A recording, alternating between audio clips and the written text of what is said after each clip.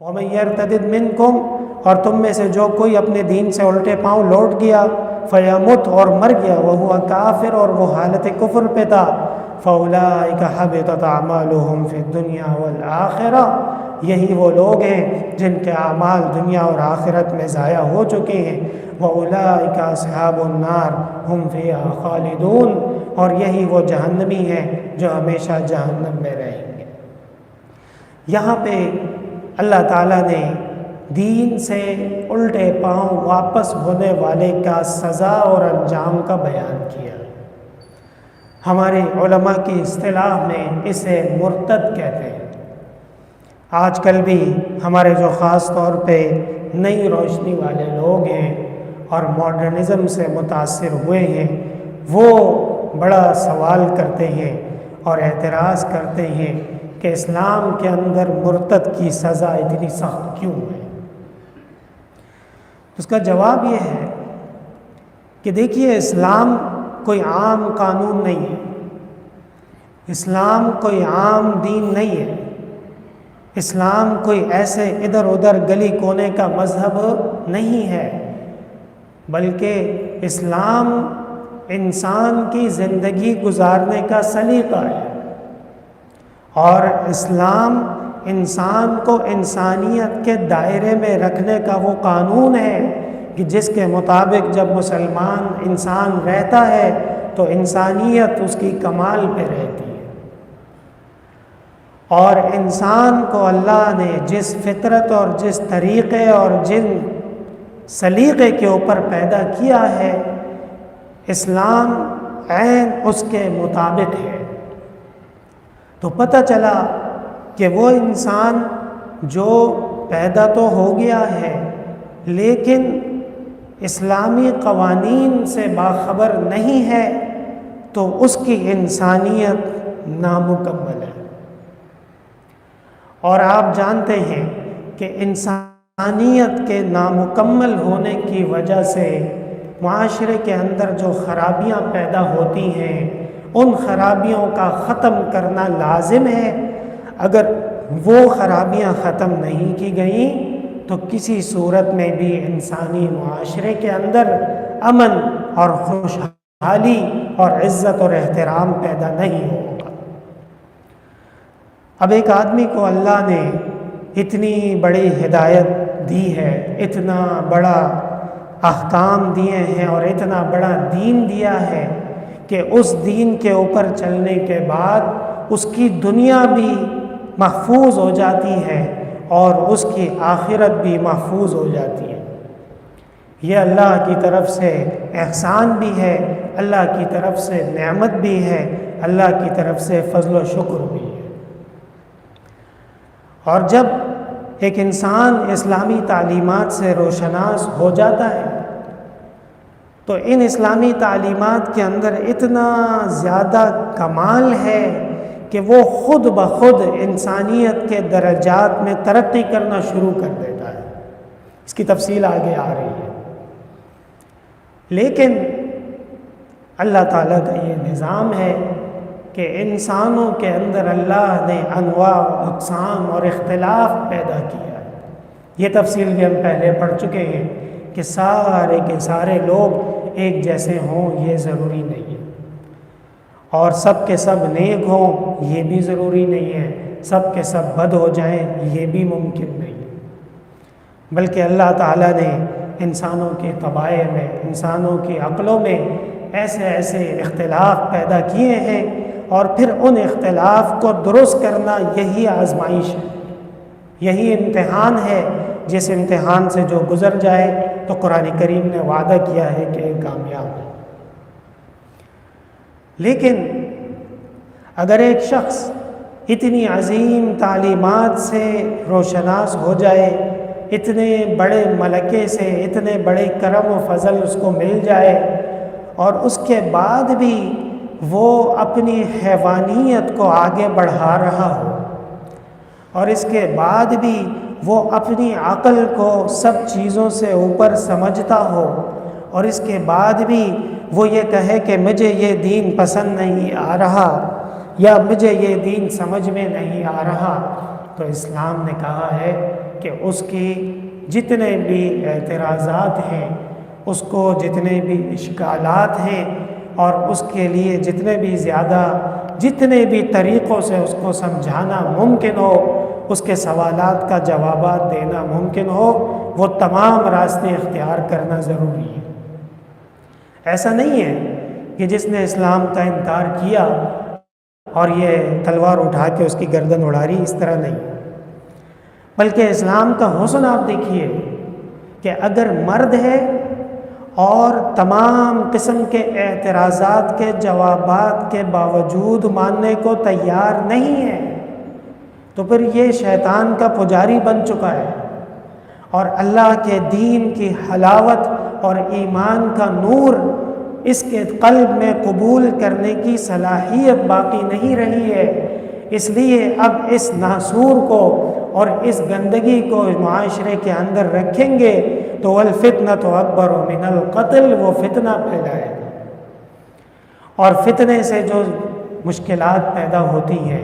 فتنے سے جو برائیاں معاشرے کے اندر آتی ہیں، فتنے سے جو عذاب آتے ہیں، اس سے زیادہ سستی سزا یہ ہے کہ اس کو روئے زمین پہ رہنے کا حق نہ دیا جائے، اور اللہ کی زمین پہ جس کو اللہ کا دین منظور نہ ہو تو اللہ کے حکم کے مطابق اس کو سزا دینا یہ دین کے احکام کے مطابق ہے۔ لیکن میں آپ کو یہ بات بتا رہا تھا کہ یہاں تک اس کے اندر تفصیل ہے کہ اگر خاتون ہے تو خاتون کی جو احترام ہے، خاتون کے جو صنف نازک ہونے کے ناطے اس کے ساتھ نرمی ہے، اسلام نے وہ نرمی کا لحاظ رکھا ہے اور کہا ہے کہ خاتون جب تک شریعت کے احکام کو پوری طور پہ منظور نہیں کرتی ہے اس کو جیل میں ڈال دیا جائے، اور مرد چونکہ اللہ تعالیٰ نے پیدائشی طور پہ فطری طور پہ مضبوط پیدا کیا ہے، کوئی مانے یا نہ مانے یہ ایک حقیقت ہے۔ الرجال قوامون علی النساء بما فضل اللہ بعضهم علی بعض، اللہ تعالیٰ قرآن میں کہتے ہیں کہ ہم نے مردوں کو خواتین کے مقابلے میں مضبوط پیدا کیا ہے، اس لیے جو مضبوط اعصاب ہوتے ہیں پھر اس کی خطا کے اوپر سزا بھی مضبوط ہوتی ہے۔ یہ دنیا کا نظام ہے، اس لیے جو مرتد ہے یہ کافر سے بھی زیادہ برا ہے۔ کافر کو فوری طور پہ قتل و قتال یا سزائے موت کا حکم نہیں ہے، بلکہ کافر کو جزیہ کا حکم ہے، کافر کو تبلیغ کا حکم ہے، کافر کو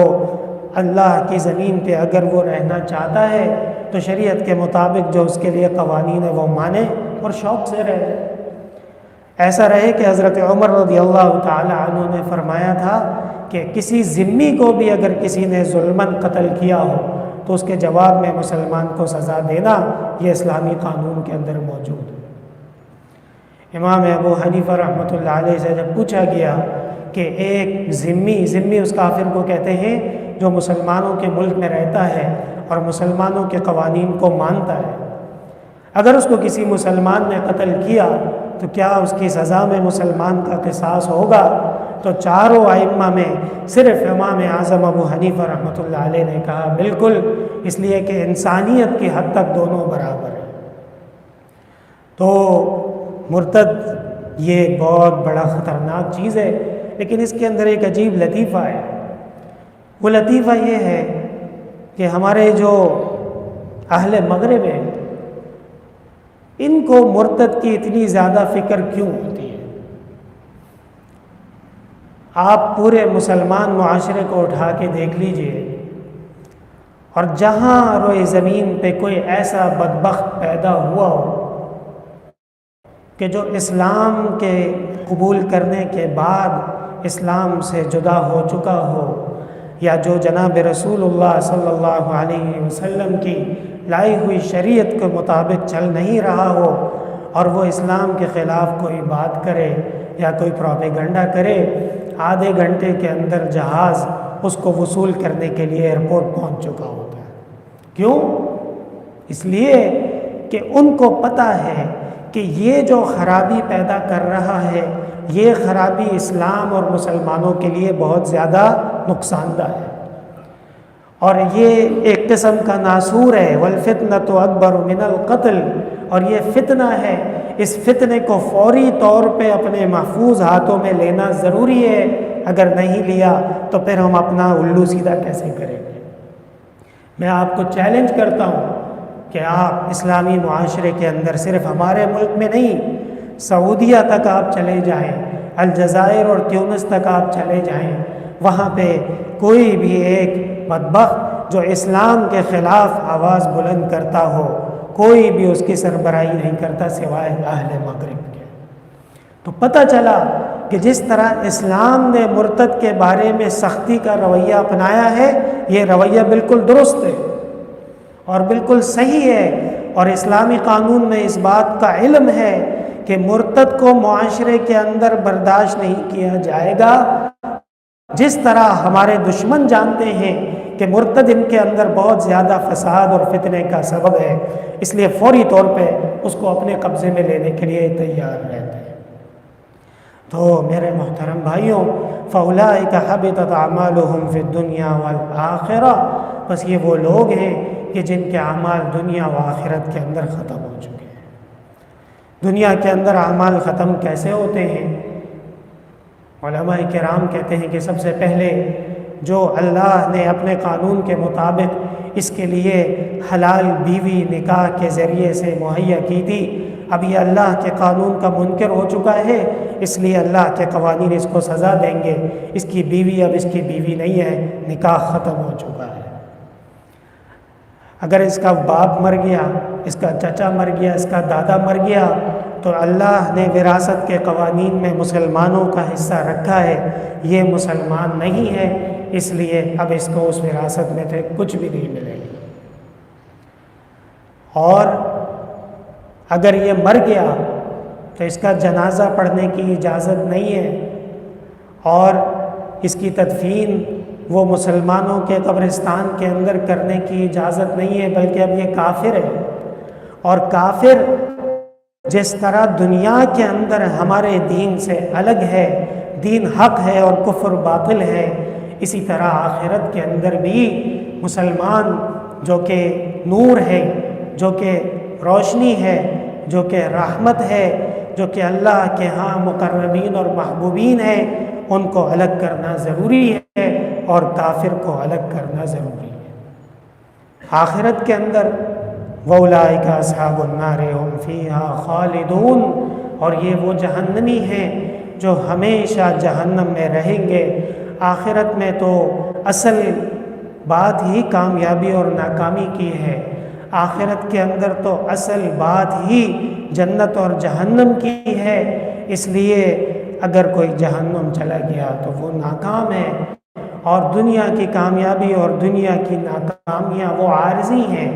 آخرت کی ناکامی اور کامیابی وہ خالدون، وہ خلد والی ہے، ہمیشگی والی ہے، ابد الآباد والی ہے، ختم نہ ہونے والی ہے۔